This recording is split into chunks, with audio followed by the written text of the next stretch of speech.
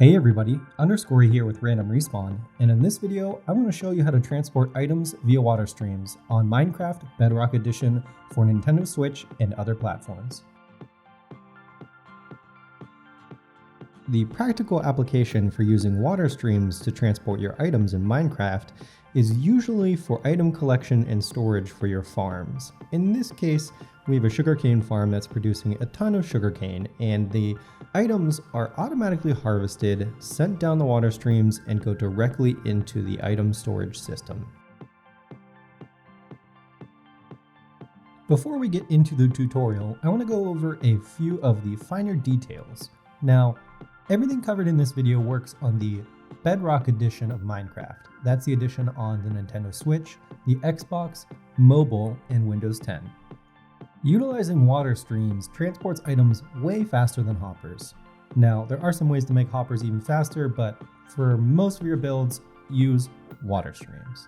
Water streams are also a more lag-friendly decision to use in your realms or servers because too many hoppers equals too much lag. Also, water streams are extremely cheap to build, consisting of buckets of water, some slabs, and some ice. Water streams also allow for item alignment, which is utilized in some more complex builds such as item filtering and sorting systems. And finally, there are links in the description below for both a world download and a full text guide of this video. Water flows horizontally 7 blocks away from a water source block. Additionally, when item entities are in a water flow, they get pushed to the absolute end, as you can see here. The same spread happens around corners. As you can see here, from the water source block, there are still 7 blocks of gap until the end of the water flow, which means we can push item entities around corners and essentially transport them anywhere we wish.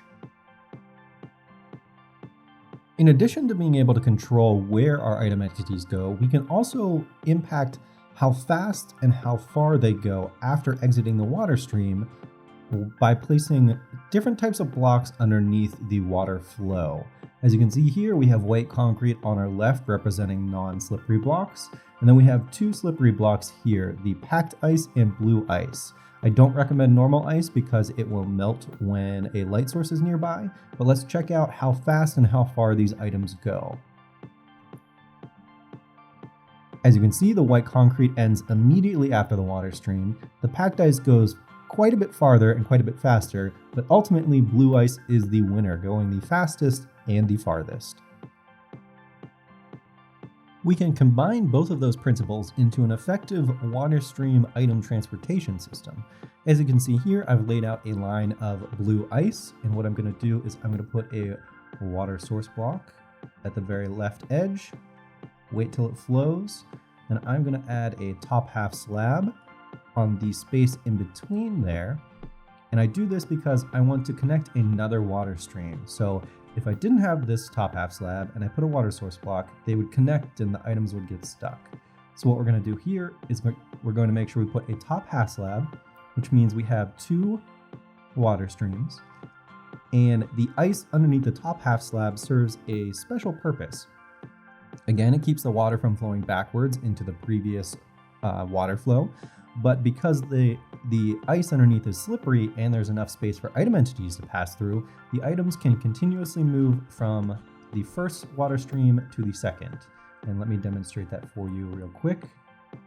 Drop some snowballs in, they pass underneath, and they make it all the way to their desired destination. So you can repeat this entire process and essentially make items transfer at super high speeds as far as you want, just by repeating this water stream, top half slab, water stream, top half slab. And this can also be applied to around corners. So you can see here we have water streams that go around corners connected by top half slabs, and essentially this means you can go as far and in any direction you want to go. Now, you don't have to use top half slabs. All of these items here accomplish the same thing.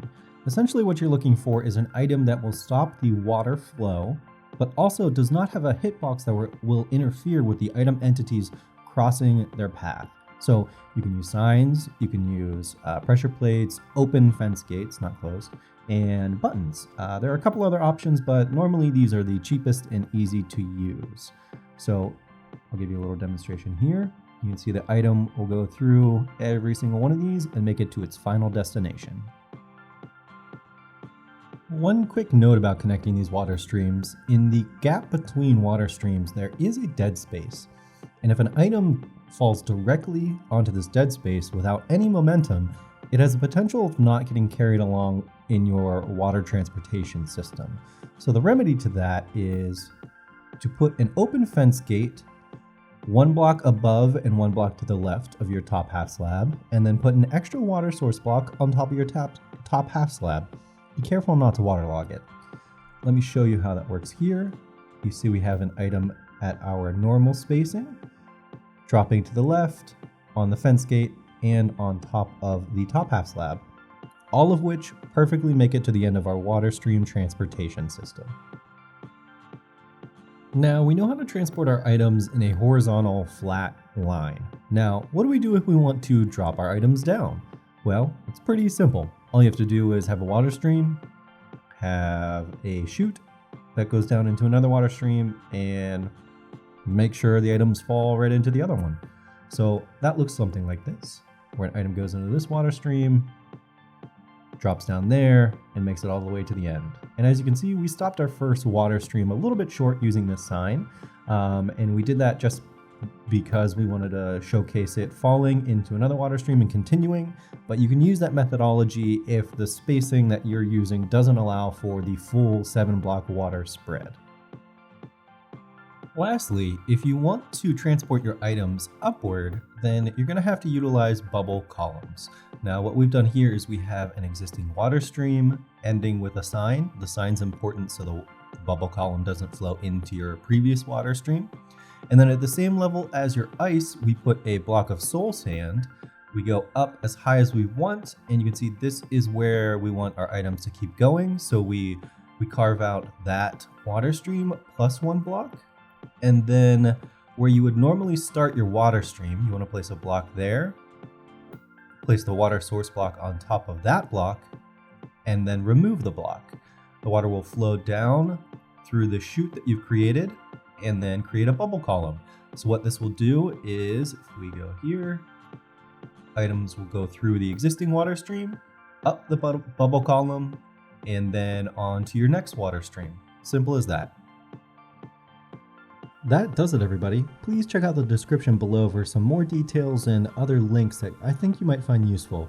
Anyway, I've been Underscore with Random Respawn, and I'll catch you next time. Thanks. Bye.